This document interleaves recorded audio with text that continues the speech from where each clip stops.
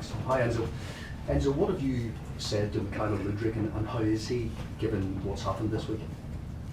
Oh yeah, I think now the situation is a bit more clear in terms of we have a statement from the club, and the club already said what we need to say, so there is not anything to add unless that the club, the coaching staff, and all the people that they are inside the training ground, we support and we trust Misha. What support is the club offering him at this moment in time? But general support in terms of, first of all, we trust Misha, and second, when these kind of things happen, you need to support your player in all the aspect. When you say support the player, does that involve regular conversations with the likes of yourself and him, or is it more of a club thing?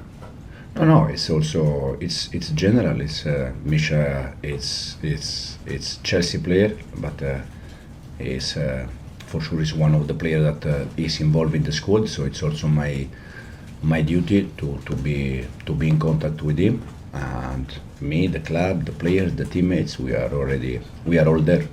Have you been given any sort of indication about a timeline with this? How long this process could go on for? No, not yet. No. And as a coach, how do you deal with a situation like this when it comes to the other players? You know, have you felt the need to address them on this subject? No, I don't think so. In terms of, it's not the first time that this happened. It's already happened in the past. It's not, unfortunately, happened with us, but it's going to happen again for this different player. But I think they know exactly what they have to do, and this is the reason why we trust and we support Misha.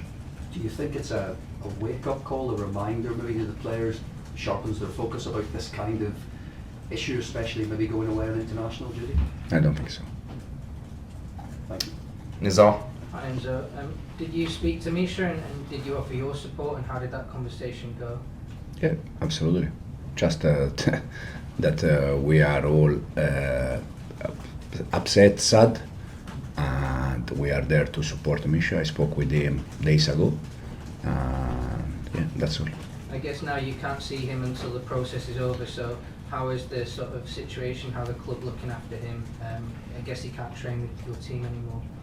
Yeah, at the moment he can't train. We are waiting, but as I said, the club is ready, is there to support the player with all the things that we need to support him in all the aspect. And did the test happen when he was, did it come after international duty, or did it happen when he was at Chelsea? Can you, when did it happen? When did you find out about this news? To be honest, I don't know. Andy? Hi Enzo.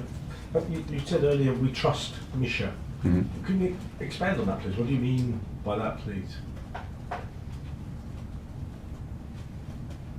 If you say trust, what do you mean? Yeah, you say we trust Misha. I mean, what did you mean by that? That we trust Misha and we support Misha. And trust means that we believe Misha, we trust Misha, we support him. Because he said he issued a statement himself saying, you know, I'm very shocked. Mm-hmm. He seems genuinely taken aback by this, which in a way kind of makes it feel like he wants to fight it. And it sounds like you're very much behind him and you're believing what he's telling you. Exactly, yeah. It's like this. What Misha said and what we said is that we trust Misha, we support Misha, and then we see. Rob? Right, has this happened to you before in your career, where you've had to help a player through something like this?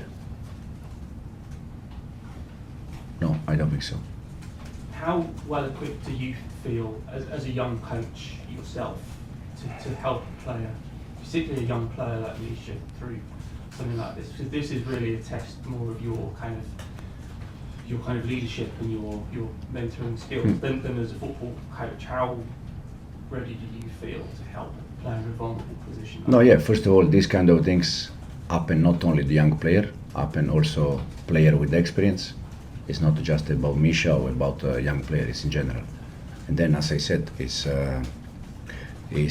my duty since we start. You know that I try to have a relation with players quite close because I like in that way. So even with Misha, it's exactly the same, and I'm there to try to help Misha in anything he needs. And because in this moment it's normal that He's going to need help from the club, from me, from the teammates, and we are all there trying to support. Jacob. And so just to clarify what you were saying to Andy, your belief is that that Misha is innocent of what's happened? We all believe that, then we see. Okay. And obviously though, if he is found to have taken something, then the possibility of a ban is obviously very long. Are you confident that he can potentially come back from this, that this won't ultimately be the end of his career here? No, I don't think so. I don't think so. I think he's going to come back. Now the only thing is that we don't know when. Is the only doubt we have in this moment, but for sure he's going to come back. And it sometimes gets forgotten with him. He's a young player who's come from a war zone. That must be very difficult for him mentally to come to a new country and have to deal with being away from his family, friends, in such a difficult moment away from football. Do you have concerns? Do you have to look after him just from a mental perspective? Because this must be a very lonely. But it's not difficult just. time. It's not about Misha. It's but any player in the world that these kind of things happen. They need support. No matter if he's 20 or 30. No matter if English or Italian or Ukrainian. No matter nothing. When these kind of things happen, I need support. You need support. They need support. We all need support because something happened. So it's not about Misha. It's not about the age. It's not about the country. It's about that when these kind of things happen, we all need support. Bradley. Hi Enzo, hope you're well. How did the squad take the news when you told them yesterday that Mudryk wouldn't be a part of the team for the foreseeable future? Yeah, we had all the same feeling in terms of the teammates. They were all surprised, but because Misha at the beginning was ill, he didn't was good. Then this happened, and they were all surprised, and at the same time sad because we don't like these kind of things. And is it about the senior players in the squad, maybe your captain, some of those senior leadership figures, to maybe reach out and help support him alongside you as well? Yeah, not only the senior player. I think in this kind of moment, it's important that all the teammates, they are there to support Misha. And moving on to matters on the pitch, it's been such an impressive start to the season for Chelsea, both in the league and in Europe. Do you feel like the Conference League as a tournament is one for Chelsea, but they're favourites to maybe go and win this now? I said already that I like to go step by step. For us, the main target in conference was the group stage. Now the group stage is there.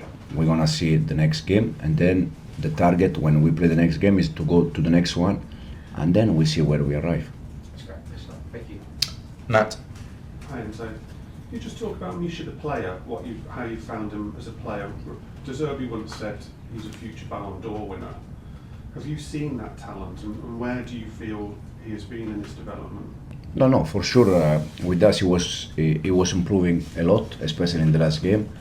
He started to understand which position he has to stay. At the beginning, he was, because of his skills, he was moving a lot, he was running a lot, and with us, I think in the last 2-3 games that he played, he was improving a lot. We were very happy with him.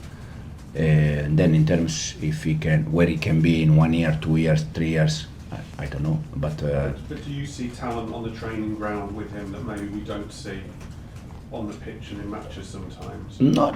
The talent we see in the training pitch is exactly the same. The talent that sometimes you can see during the game with Misha is exactly the same feeling. So in the training session happened exactly the same that happened during the game. And just finally for me, you've had a few little issues you've had to deal with at Chelsea. I mean, when you first came in, there was Enzo Fernandez. I think your first press conference, you had to answer questions about him and that situation that kicked off. There's been some senior players who you've let go and some who have stayed who aren't playing like Chilwell. You've come through, you've managed all those situations really well. It's never become a distraction or a problem for the rest of the squad. How have you managed to navigate all these little bumps in the road that come along? Just to try to convince the player that the only side that we can decide is the pitch side, because then everything happen around the pitch. Sometimes we cannot control that, as you said, and so on, or the other kind of things. But especially to convince them that if we need to solve things outside of the pitch, it's my job to do it, not their job. They have to be focused on the game, the day by day, they have to work hard and try to win games as much as we can. Then the rest is about the club, it's about me, how to try to solve this kind of problem that you just said now.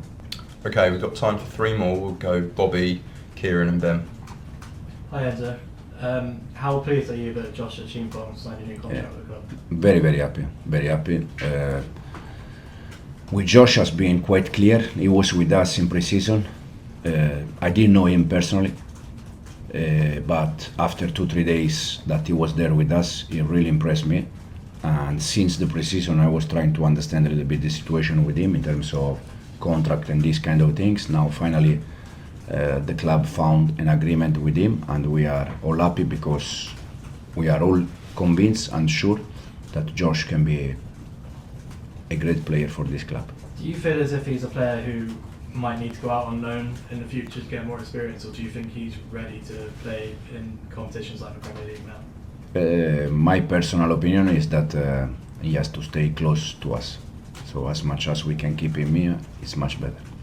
Kieran? Obviously we don't know how long Mudryk will be out, but with the left winger, could that actually represent the big opportunity for Tyreek George, or is it something where you might have to think closer to January? We have now 3 or 4 games before January. We have Everton, Fulham and Ipswich, 3 games before January. So we have still 3 games, and then after these 3 games, probably we're gonna sit and we're gonna decide if we need to do something. For sure, Tyreek is going to have to get minutes, and we're gonna try to help him to improve day by day, because now he's working with us every day, him and Josh, and to allow them to get minutes with us in Premier League. And we'll finish with Ben. Just a couple of quick ones from me, Enzo. Amari Kellyman, can you just update? The feeling is maybe he might play some under-23s action in mid-December, and what are the plans for him in January? Yeah. Now the main plan for him was to recover after the injury, and now step by step, slowly to get minutes, and then in January we see which decision is better for him. Can I just ask you a broader question on doping and how clean you think football is today, compared to, say, when you walked into Juventus as a player right off the back of the doping scandal? What was it like then? I was What's it waiting like for now? this question. I think football was clean in that time and is clean in this time. So I don't think there is a big difference between my time at Juventus and now. I think in that time was clean, in this time is clean, but as I said before, these kind of things happen in the past, they happen now, and they are going to happen in the future. Sorry, do one more question at the back, please. Thank you. Hi Enzo, Tony O'Donoghue from RTE in Ireland, and I'd like to ask you a question about the game, because you haven't said anything about the match we're here to discuss. Obviously you've watched Shamrock Rovers. What do you think are their strengths, and how will you be approaching the game tomorrow? We're gonna try to approach always in the same way, try to do our best and win the game. I think today in football it's difficult to find teams that they have no strength. All the teams, they have something good and some things that you can try to work on that and win the game. But I watch 4 or 5 games, and I think that they are a good team. They try to defend as a block all together, and they have some good players in general, but I'm quite convinced that all the games, they are difficult. Depends on us, the way we take that game, and can become a little bit more easy or more difficult, but for sure will be another game that we're gonna try to win the game. So far, they are also unbeaten, as are Chelsea. Which of the games have you been more impressed with? They drew away to Rapid Vienna, drew with Apoel, beat the Bosnian champions last week. Yeah, no, I saw also the game against Sparta Prague, I think. That game also, Rapid Vienna, as you said. But different games that they were trying to play face-to-face with the other team. So. And are there any players in particular from Shamrock Rovers that caught your eye? No, I think it's, as I said before, it's a general team, the way they defend as a block, the way they try to defend to help each other. So it's more general. And from the team that you're likely to pick to start tomorrow, will you be giving some of the younger players an opportunity? Could be. We try to change players since we start, and tomorrow probably it's one more option for that. Are you surprised at how well the season has gone for you? Surprise, I said many times that we are ahead of my expectation in terms of the way we play and also for the results. Thank you very much. Thank you. Thank you. Thank you. Thank you.